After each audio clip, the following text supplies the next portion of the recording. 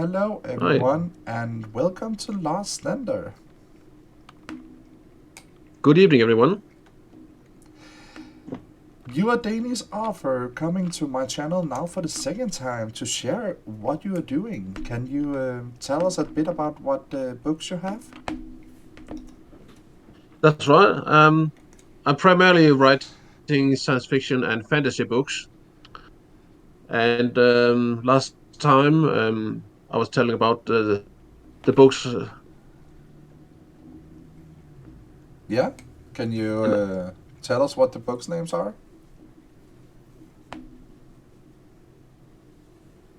yep, it's the first book. Ice. Yep, the first book I mentioned back then it was a science fiction horror story, Ice. Yeah? What Spelled. else?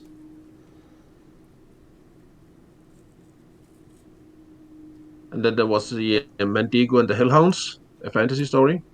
Nice. Yeah? Finally, also the science fiction book Enemy of Evil, and finally the new book I'm working on, ximeron Warrior Worlds. Nice. And some of the books is a trilogy, if I remember right? Yeah, the last two books I mentioned are both trilogies. Nice. Okay, what do we need to know about you? Like your age, how long you've been writing, how you get your ideas, stuff like that, just in a short redo.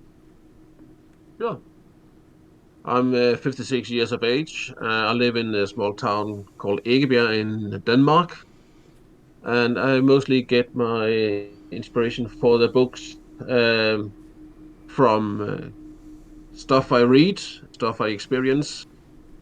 Um, it could, especially ancient history. Ironically, ancient history also gives me a lot of stuff for science fiction books. That is nice, man. So, what do you have planned for us today? Well, today I'll just read a little from a couple of my books. Um, I was, and also perhaps, You fold out and there? also Can talk you. about a little about the research. Okay, yeah. You fold out a bit before. Can you go back the last 20 seconds? It's just like there's a double sound. Did you remember to mute the Yeah, Discord? Well, not the Discord, but the Twitch?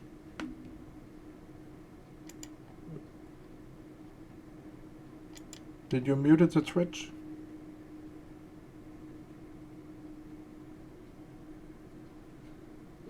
just a minute.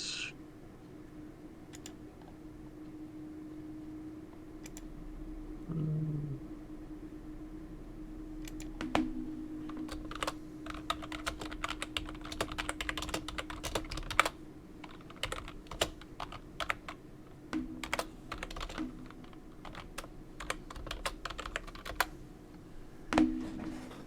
Do you need help with it? yeah, please. Yeah. On the screen, in the left side of the screen where you can see me, just scroll up to the top again. So you see my face? If you look at my face, Yeah, there is a thing where you can stop the sound. Yeah, that should help. that, So now yeah, it that should be was no. Yeah. great. So let's go over it again. Perfect. Yeah, What? sure. Yeah, I was saying about my books tonight. I was planning to reading something from the books, and also just talk a little bit about the research going into writing these books. Yeah, go ahead. Yeah, yeah, sure. Um, for the book like Eyes, a science fiction horror story taking place on the moon. The research took almost 10 years. because I wanted to make it so convincing as possible. In science fiction, technology is often a critical point, and you want to make this technology appear as genuine and as real as possible to to the reader, so he can be immersed in the story and feel like he or she is actually being carried into the story. That's one of the big tricks for science fiction, and that requires a lot of research. Just to give an example for the Ice book, it takes place in 2026, and at some point when the special teams are sent to the moon to investigate what's going on out there, there's a chapter in which there's a reference to a full moon. So I have to backcheck and see for the moon charts that was actually was a full moon above Texas and Florida in January of 2026 to make this work. Yeah, of That's course. kind of yeah.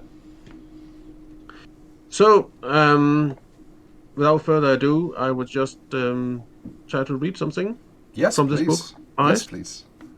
Um, as I said this before, it's a horror story, and it takes place in at a space hotel, a moon hotel, built near the south pole of the moon.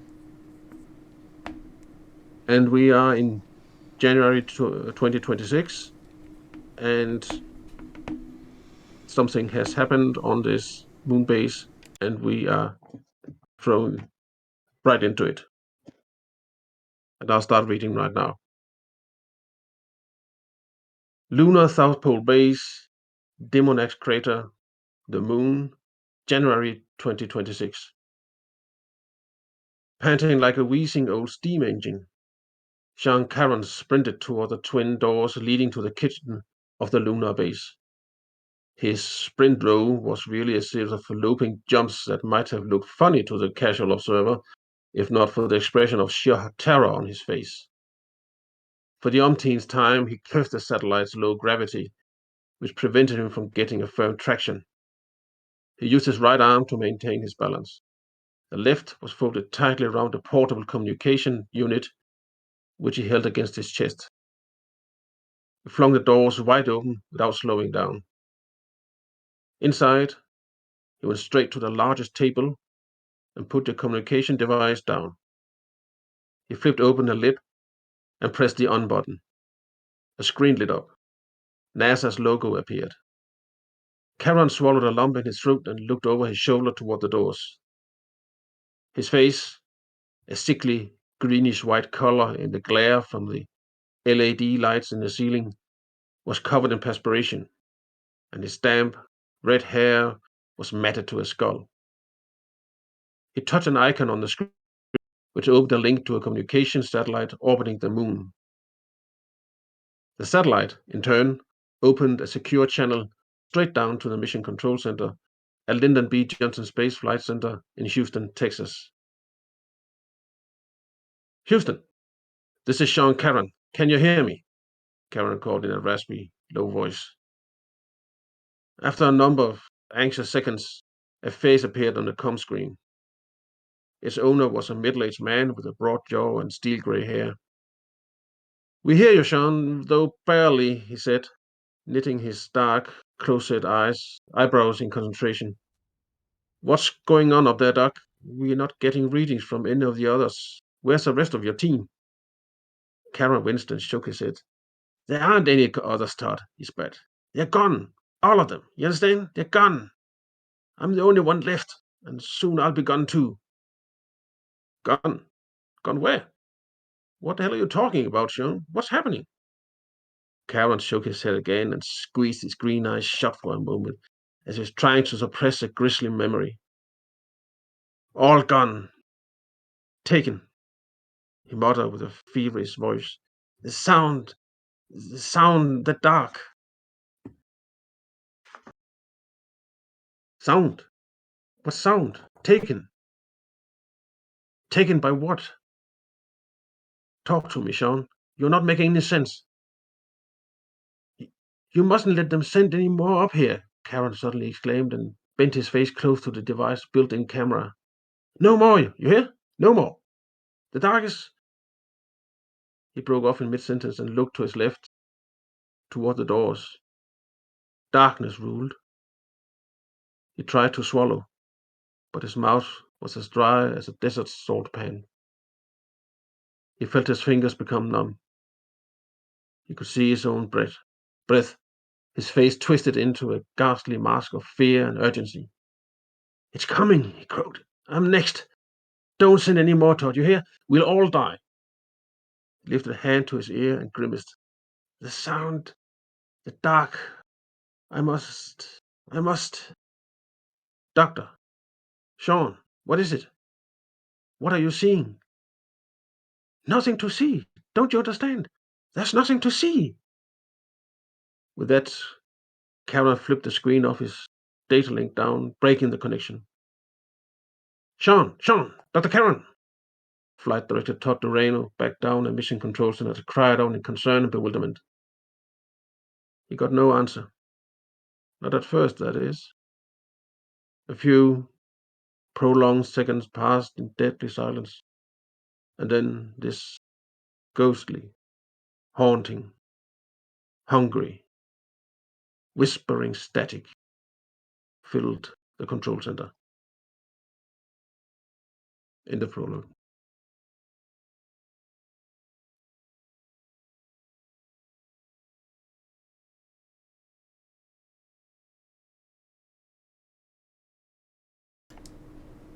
Damn, man. Hey, man. We are listening closely to everything you're saying, man. Okay, I'm great. So don't stop, man. We're sitting here with our toes and ready to the next, man. Are you When we already? go on, then. Oh, dude. This was the prologue. Okay, guys and girls, you can see them start typing. Okay, guys and girls, we have a little minute here to start asking questions and tell us, how do you feel about all of this, guys? This was only the prologue of the whole thing. I'm sitting here and just like anxious to hear even more. Guys, come with some questions. Let's hear. What about you, Robin, on the line here? It's awesome. I want more. Exactly. Let's hear here. Danny, absolute caught my interest. Yep. Are there more out there that's like me thinking about this dark? Is definitely something I want to hear more of.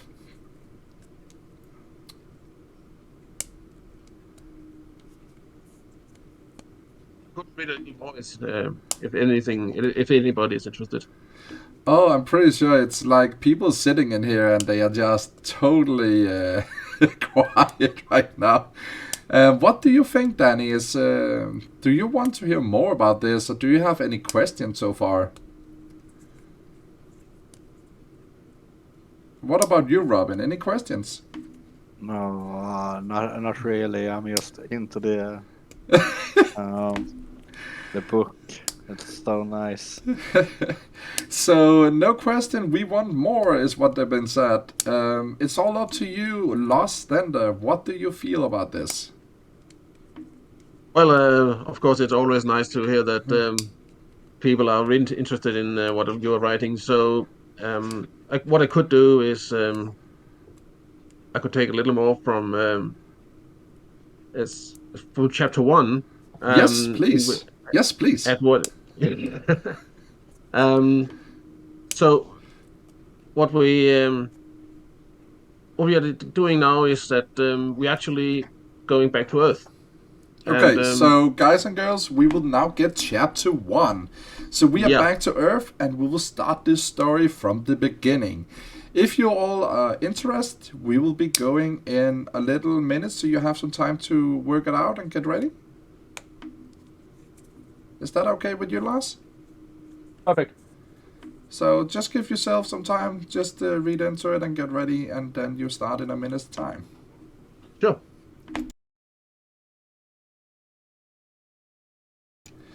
Guys, if not only you, I'm sitting here and just want more of this. He is one amazing reader. He really got into in the end, and so interesting. We got one more here in the Twitch. Said 100% interested to find out what they meant by no data from others into the saying that there are no others. Are the links resources to the author? Like some Amazon links to the books? Yes, there is. If you join on the Discord, I will share it to you.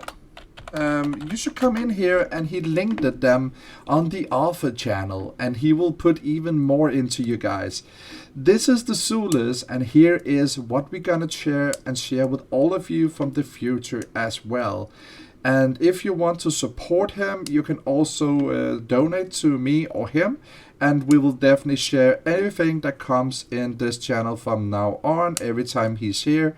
And if there's anything else you want to do, come along to him, ask question in Discord. He will do his very best for all of you guys. We thank you so much for showing your honesty, pleasure about who he is. So thank you so much for the interest, guys. You are amazing. Lars, I will let you have the word and mute myself, so go on. Sure. I'll just add a link here.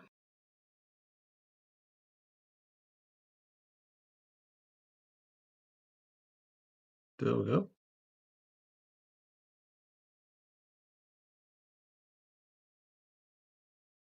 There's a link for my book here on Amazon.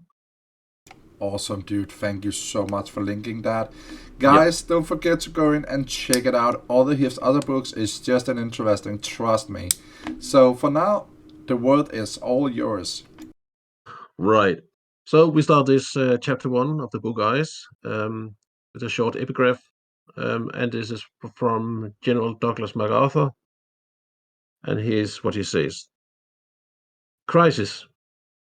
We deal now not with things of this world alone, but with ultimate conflict between a united human race and the sinister forces of some other galaxy. And this was a quote by General Douglas MacArthur in his address to the Military Academy of West Point in 1962. And I will now start on chapter 1 of the book, Eyes. Pentagon, Washington, D.C., January 25th, 2026, 045700 hours, Eastern Time, 0957 hours, 100 hours, GMT, UTC. General True received a call on his photonic tabletop computer. A beautiful woman's face appeared in the lower right corner of a holographic screen, lips moving. Simultaneously, a sultry female voice announced in the general's ear that he had an incoming call. The voice was transmitted from the computer to the general's wireless headset through 9th level Bluetooth technology, which included scrambling and encryption. Activate phone, incoming one, the general said quietly, accepting the call through voice command. He couldn't see the number of the caller, but he already knew who it was because the signal came through a reserved and secure channel. Yes? The message was brief, and the caller hung up as soon as it had been delivered, just like he was supposed to do. Truro broke the connection at his end, and then sat back to reflect on the significance of the message for a moment. His left thumb traced the line of his long jaw absent-mindedly. He knew that time now was of the essence, but he wasn't tarrying.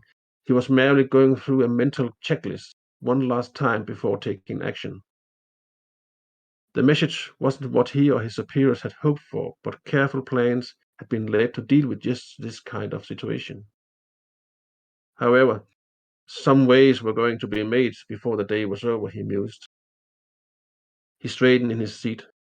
Computer. Initialize security sequence Truro Alpha Theta 006. Then computer off. The computer shut down all open programs and then began to erase all traces of the latest phone call and to delete a series of custom programs, codes, and files that had allowed Truro to receive the call without NSA's knowledge. The National Security Agency provided U.S. armed forces and government institutions with secure electronic channels of communication and monitor third-party electronic signals for potentially hostile and anti-American contents. Another part of NSA's charter included the constant screening for security breaches along internal lines. Normally, no one working in the Pentagon was able to receive calls or communications from the outside that weren't screened by the NSA. Truro and his organization, however, possessed instruments and software that allowed him to bypass this screening, at least within certain limits. A particularly vigilant NSA operative might notice that a spurious signal had entered the building after being routed through at least 10 telecom satellites and 97 nodes distributed all over the world. However, before he could even begin to retrace the signal, it would most likely have degenerated and been scrambled beyond recognition. And he certainly wouldn't be able to determine for whom the signal had originally been intended. Even so, a security check of Truro's computer would reveal the secret programs on it, and this was no time to be running a risk of being compromised. Packing his things, Truro waited in his office just long enough to make sure that the computer had shut down before he left. Office 3B616 was neither big nor situated in an important part of the giant office complex that served as the nerve center of the US Department of Defense. Point of fact, under normal circumstances, the most important memo bound to pass through his way would be, say, something along the lines of which general had just been appointed to take over which command from whom on this or that base. U.S. Army Personnel Section 45-R was the official designation of Truro's office, and nothing of interest ever happened there. This suited Truro and his superiors just fine. Security and personnel was just a fraction less strict than in other sections of the administration, leaving Truro with the time and space he needed to do the things he had been planned to do. Though his computer contained codes and programs that allowed him to tap into some of the most secure networks in the Pentagon and other places, his primary function was far less clandestine, though no less important.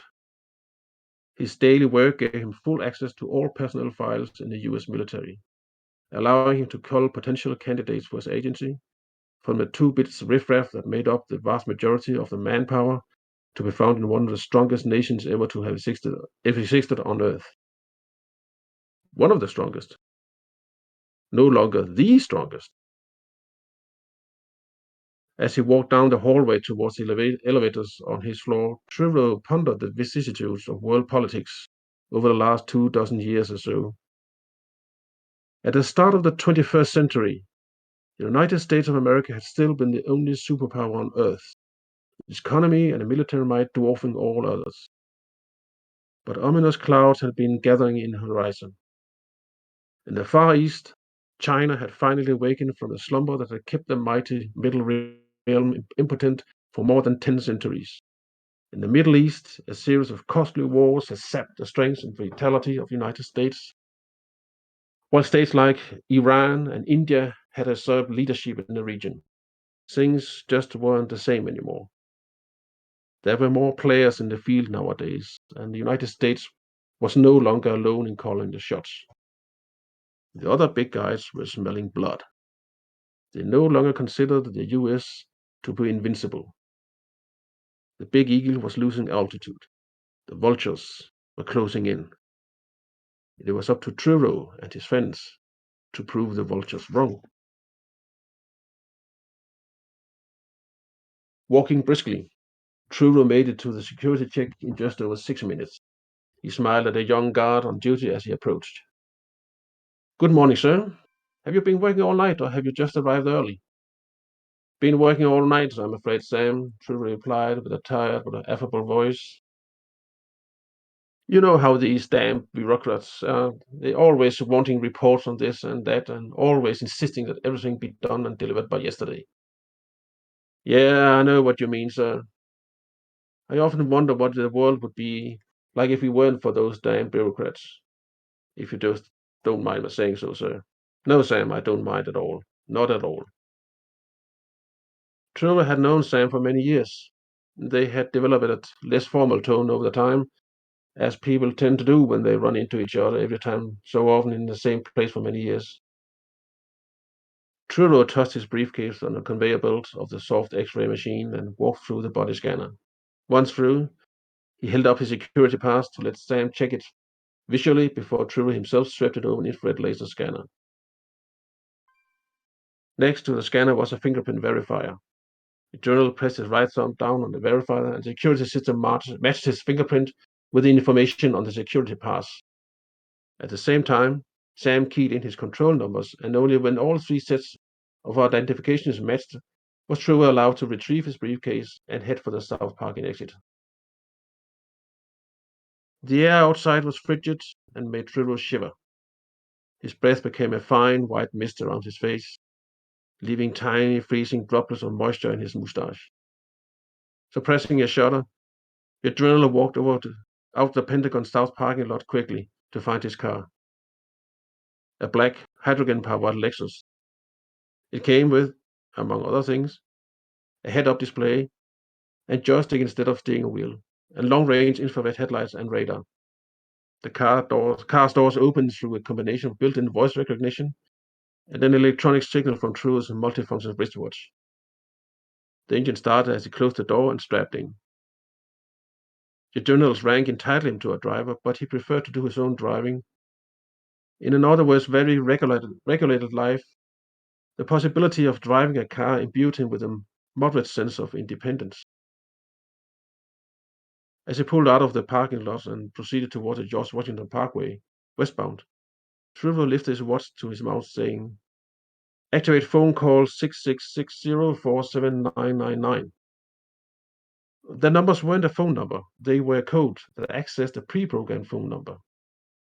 The connection was made, and Trevor heard it ring 4 times before a gravely male voice answered, "Yes?" "They failed. I'm on my way." "Good."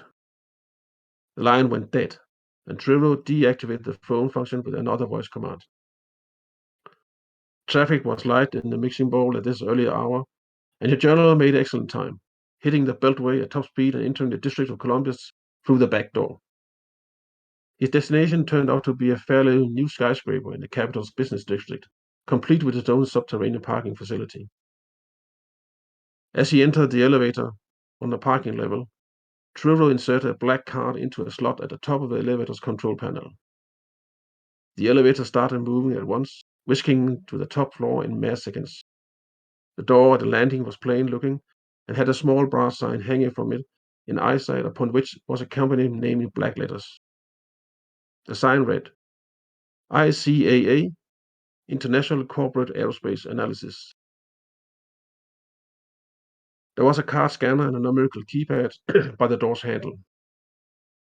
Truro ran his black card through the scanner and punched in a series of digits on the keypad. Then he turned, took off his officer's cap, and looked straight up into the camera above the left side of the door. 6 seconds later, the door opened. Thank you. So that was the first chapter. That's right. I don't know about you guys, but this is definitely leading up to something really, really exciting. Yeah, I agree on that one. So how are you all feeling about this? How do you want to reply to this lovely guy, not only building those books, but actually also sharing with you guys?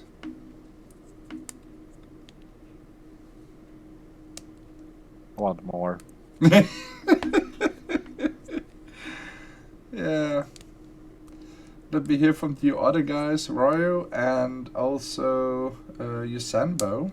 And if there is others that want to share what you think about this amazing author from Denmark.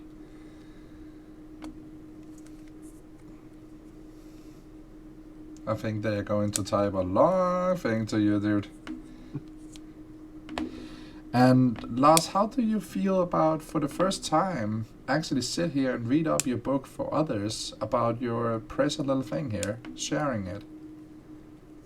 Well, I feel excited and grateful at the same time. And I think it's very rewarding in a way, because I have this opportunity to get into close contact with potential readers. For sure.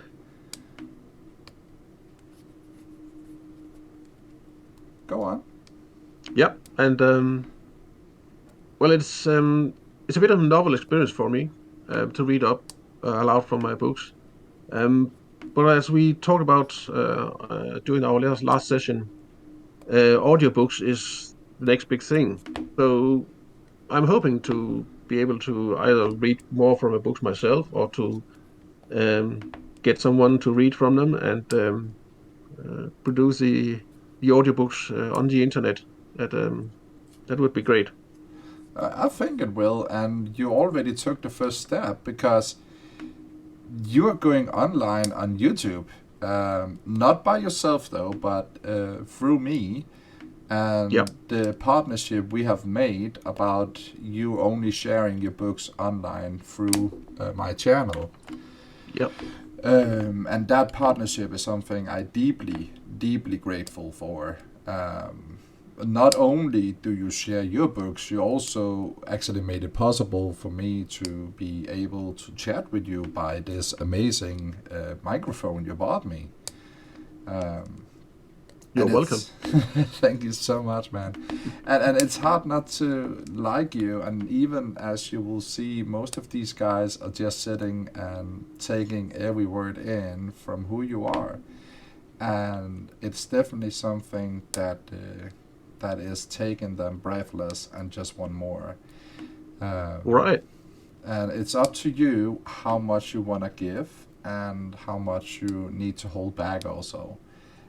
Because we don't need to finish everything today, and the next day will already be in 10 days. Yeah. I think you can consider maybe read 1 or 2 chapters if you offer it every time. Or Yeah. maybe share between the books. I'm pretty sure everyone here is definitely going for the horror story. I can only ask the guy on Discord, Robin. Yeah. Are you into this horror story? Is that something? Yeah.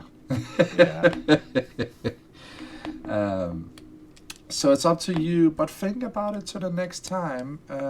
Yeah. Because if you ask me, it has been an amazing experience again, listening to you and hear you sharing your mind with us. It's been a pleasure, a great pleasure for me too. So it's up to you. Do you want to give one more chapter tonight, or do you want to Well, give?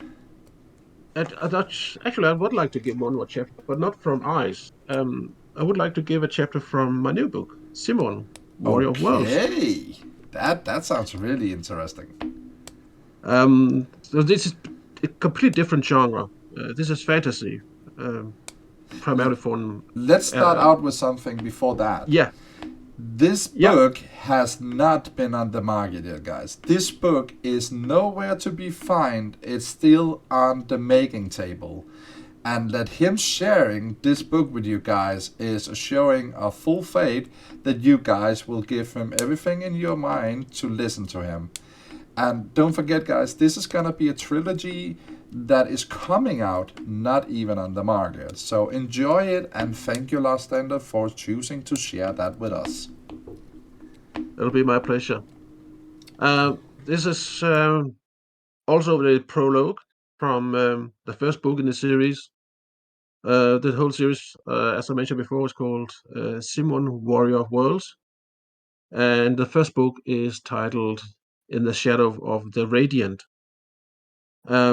Just a short description of events before this text I'm going to read. There has been a great war on a planet called Mundu. A guy called the Radiant has been trying to conquer the Mundu, but has been defeated by a group of holy warriors called the Kyrenia. However, it is prophesied that the Radiant shall return one day, and he shall return on the day when two comets appear in the sky above Mundu. Um, this has just appeared. They had just appeared. These two comets, and as the prologue opens, we are beginning a series of events that centers on that's so some kind of omens that signals that the radiant may be returning. So, without further ado, I'll be starting reading on the prologue. Northern Crotana, 1672 orbits later, in the age of the Tavares. The boy was a mystery. He just lay there, tucked away between a pair of sarsen boulders, on a bed of lily ferns and soft green moss, and wrapped in fine blue-gray river-cat pelts. Baffled, Gammon the hunter stopped in his tracks to peer down at the baby. They were in a small clearing in the valley of Rurok, several days' march from any settlement.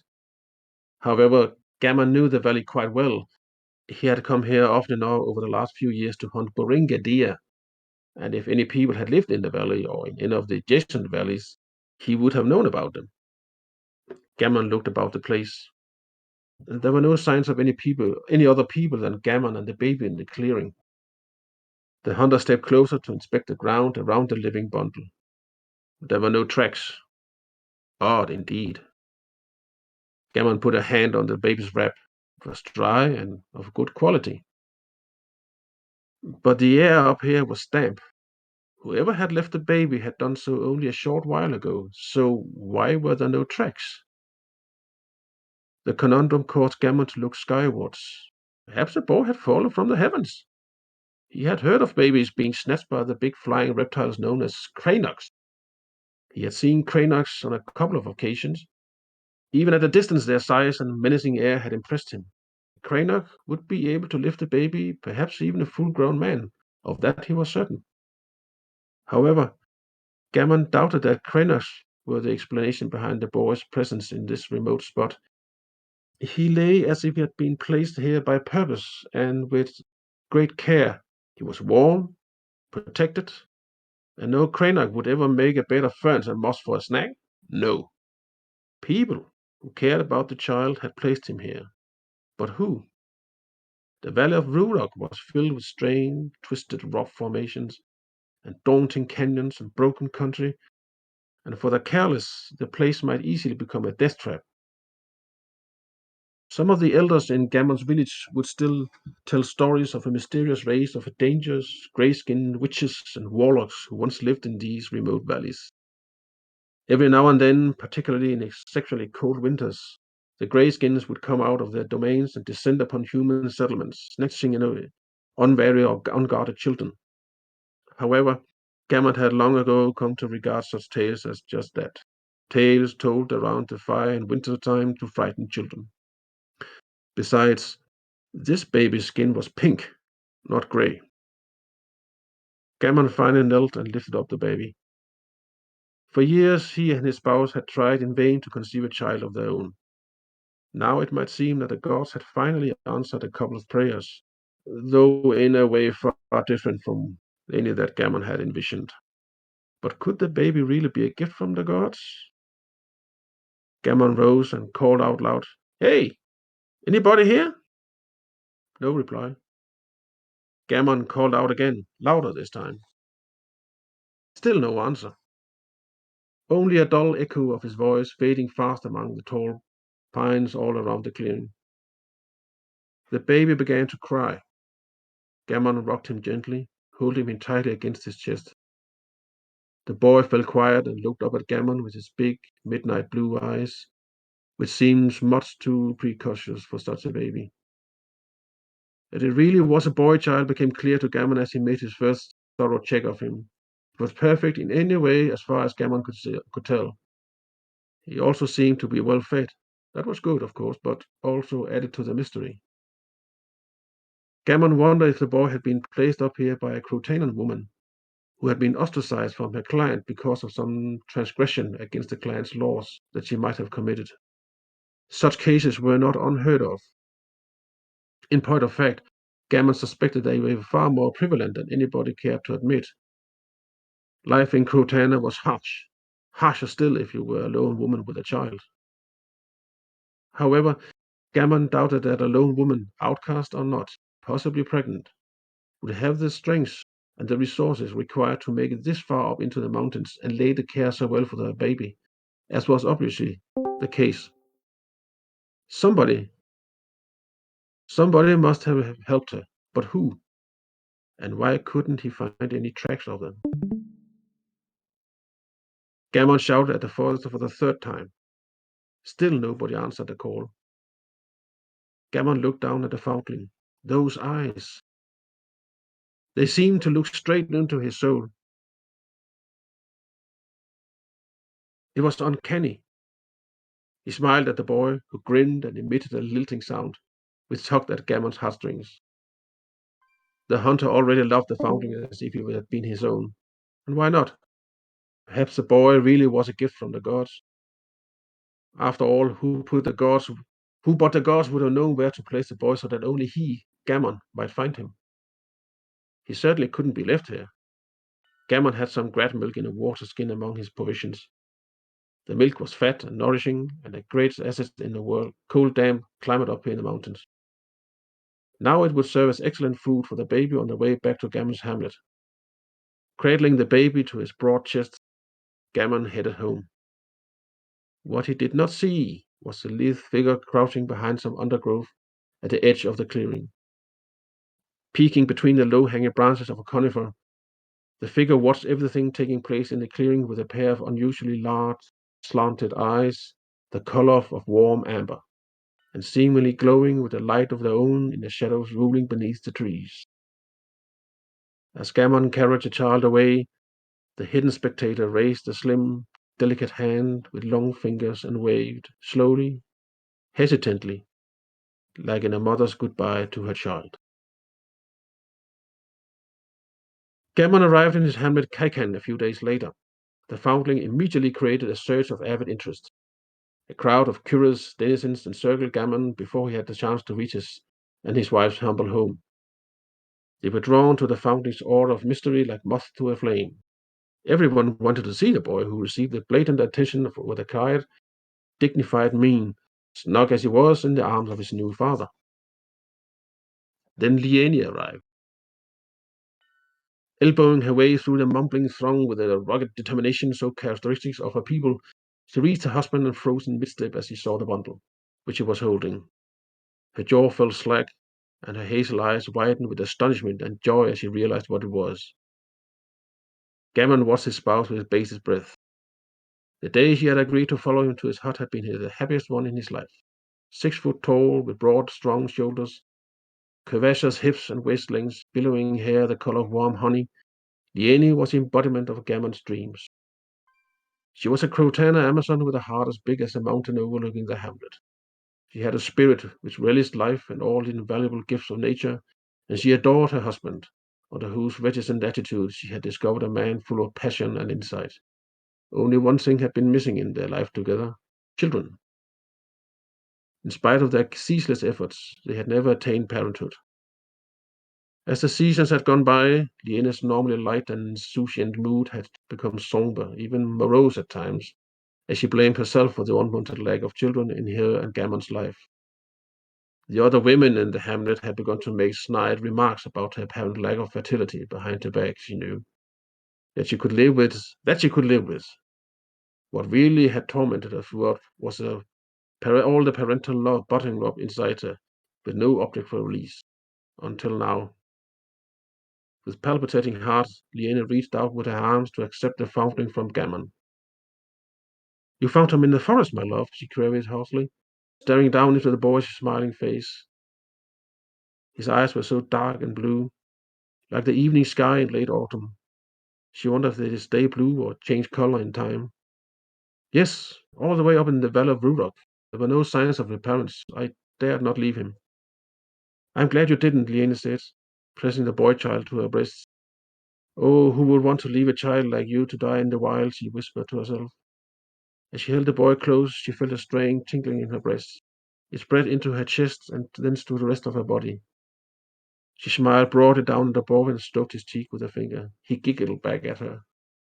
Cameron smiled too and put an arm around Liene's shoulders. For the first time, he felt that his life was complete, that everything was just all right. The child! Give me the child! A loud, raspy, and peremptory voice crawled, startling everybody. The crowd quickly parted before the rapidly approaching figure of Agnal Tulak, the local shaman. He had come to see and appraise the child, as was his due. Universally respected among the villagers, he was also feared for his magic and his connection with the gods. Hardly any great decision was made without consulting him first. He was a man in his early 40s, medium and sinewy of build, and with a body covered in magic runes tattooed into his skin from the peak of his completely bald skull to the ankles of his naked feet. He wore a greasy cloak and a dirty loincloth, and he reeked with rancid tallow and dried herbs. Small bones rattled with his every move. They hung from rawhide loops through his earlobes, round his arms and legs, below the knees, and from a number of necklaces around his bird-like neck, where they mixed with the bead necklaces as well. He held a skull-capped staff in his right hand. A pouch was tied to the staff below the skull, and as he reached Liene, the shaman held his staff out against her and the baby and shook it vigorously. The child, your child, let me see the child, Tulak demanded, baring his yellow teeth in a hiss. I must have the child so that I might read his destiny in the bones. The bones, the bones, yes, the bones. Liene held on to the child protectively. She didn't like the shaman. He scared her, and he had been particularly vicious in his remarks about her infertility. Tulak went livid at Liene's recalcitrance. Give me the child, woman, or do you wish to tempt the wrath of Wuwan, god of the mountains, or Tybalt, god of storms and collector of souls, eh? Liene shuddered at Tulak's words. She knew he could cast evil spells and curses, but still she held on to the boy, reluctant to let Tulak as much as touch the child, much less use his magic on him. She peered up at Gammon for support, but he was evidently torn between his love for her and his respect for the shaman. Wincing, he encouraged her to hand over the child with a curt nod. Swallowing her antipathy, Liene finally acquiesced. In a short time she had held to the boy, she had already come to regard him as her own, like Gammon had done. She scowled at Tulak. She wouldn't allow the shaman to hurt him. Tulak took the baby in his arms and placed him on the ground with exaggerated moves. The boy would just looked up into Tulak's grotesque face with a slight frown on his little forehead, as if he was studying a minor misalignment in the shaman's tattoos. Found him in the forest, you did, eh? Tulak inquired, peering Robert Gammon out the corners of his dark, intense eyes. Yes, in the valley of Rurok, Gammon repeated, for the benefit of the shaman. Tulak squatted beside the body and loosened the thong holding the pouch to the staff. Gammon's reply caused him to stiffen for a moment, however. Mighty far that is. How you reckon he got to be there? I don't know, Gammon admitted. Maybe the gods put him there. The gods, the gods, gods, yes. Maybe the gods, maybe demons. Tulak hissed and reached into the pouch with his hand. When it came out, it was filled with small bones and a few pebbles. Weaving his hands in the air over the baby, he began to chant in a language nobody but him understood. The chanting continued for about half a minute, and then came to an abrupt halt as Tulak tossed the bones in his hand all over the baby's wrap. An audible gasp went through the throng, and as Shaman bent over the bones to interpret the pattern they formed, everybody around him moved a little closer. For a while, the only sounds one heard were a few grunts and mumblings from the Tulak. Then, all of a sudden, he jumped up like a flea, fleeing cloud of detergent, screaming madly. Hey, I knew it. Your child is not of this world. He's from two worlds. Two, not one. The shaman's face was pale as chalk, and his voice became a whisper. The boy is not natural. The world will tremble if he is allowed to live. We will put it on fire. He will bring the storm. Yes, the storm, the storm. Everyone shrank back, suddenly eager to put more distance between themselves and the foundling. Everyone, that is, except Liene. No, she cried out and stepped forward to pick up the boy. Pressing him to her chest, she glared at the shaman and the timid crowd around her. The boy is not evil. I'll wager my soul on that, she challenged, squaring her shoulders. She felt Gammon step up beside her and took heart from his support. Gammon and I will keep the boy. We'll raise him as our own. Let anyone who dare oppose us come forward right now. Leonie's eyes shot daggers at people, and nobody seemed eager to take up her challenge.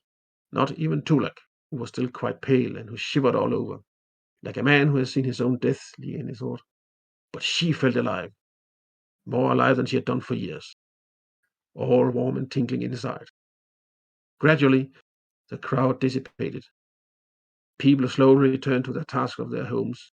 The shaman's predictions had shaken them, but they dared not go up against Lien and her husband. Not now, anyhow. Lien let out a deep sigh as the last spectator had gone, leaving her alone with Gammon and the child. She looked down at him. He looked back up at her with his big, midnight blue eyes and smiled. As Liene looked at him, a strange, faint, but beautiful glow seemed to surround him briefly. When she blinked, the glow was gone. Perhaps it had all been a figment of her imagination, but she wasn't certain. They won't speak to us for some time now, Gammon said quietly, stroking Liene's shoulder. Any regrets? She asked him. Gammon smiled lopsidedly. None whatsoever. I love you. More than ever. He bent his head down to plant a tender kiss on Liene's lips. What shall we call him? He queried when the kiss eventually ended. Liene held the boy up in front of her and looked at him. Ximeron, she said firmly. Force of life. Thank you. Wow. There you go, guys and girls. Even more reading. Even new voices come on. Love it, love it. That was really nice. And as you see, we had Madoni said, "Hello, Arthur, a beautiful reading voice. It's not to hear you reading your book." So there we go. People love what you do, man. And I can only say it's such a pleasure. Thank you, man. Thank you very much. Thank you for letting me read. I think everyone here would sit here for days if you keep reading. That is for sure. That is true. Yeah. You are not like a book reader that needs to make a lot of voices. You are natural, and I think people really love that. The natural part about you and the feeling you have to the book gives it more life than you would believe. Thank you very much. Yeah, it also goes here for Danny. I really love the voice too. It's lovely to hear the author vocalize his character. Yeah, exactly. Yeah. And that's what I talked about even before he said it. That way you make it real is definitely something you could do with your own books because they are yours and you're not a back reader. You have a good voice. Your English is as perfect as it needs to be, and I think it's just really, really good. Of course, it will take a long time to make a good book because you need to not say and all those things. But when you start reading, you just get into it, and it's really nice. Yeah, exactly. That's just as Tony saying. Yeah. That your voice is so natural that it's not been ruined by other things, and your age taken consideration is a bonus here. Thank you. Yeah, you're most welcome. I also need to tell you that these two guys are new in here, and still they just instantly like what you said. If your book came out on audio, I'd totally listen to them. Bonus if you're the one reading. And this is what I mean, dude. This is why you get a lot of viewers also from my channel. And I believe the more of these videos you're gonna make, the more people will go into YouTube and definitely listen to them again. Okay, that'll be great. And hopefully I can do a bit more reading for our next session. Dude, I'm in no doubt that everyone is already looking forward to the 15/9/2022 at 7 o'clock. Which means in 10 days' time, guys, he will be back and reading even more for us. And I can only say, dude, for myself, it's not enough to say it, but damn, I am so happy that I met you back in the days and we got in touch again. Me too. Me too. I mean, it was. It's been so productive, and I'm really pleased that we met up again. It's a great opportunity for me, and I think it's we have something going here that could be very interesting. I'm not in any doubt that the people here will start loving you a lot more since you are sharing your passion. So if you just keep going with that, I'm pretty sure that would be a big success for you. And that what Thank we you very talked much. about. Yeah, no problem, dude. Okay, guys, I'm gonna close down the recording for now. So everyone that has listened with me and with the author here, don't forget in 10 days time, the 15th in 9, 2022, he will come back at 7 o'clock. We will always do this with the chapters, different stories, and it will be placed on YouTube every time. Thank you so much for coming, Last Ender. Thank you Thank so you for much. Yeah, Thank you for inviting me. every time, man, every time. So let's close it up. And for all of you guys that wants to ask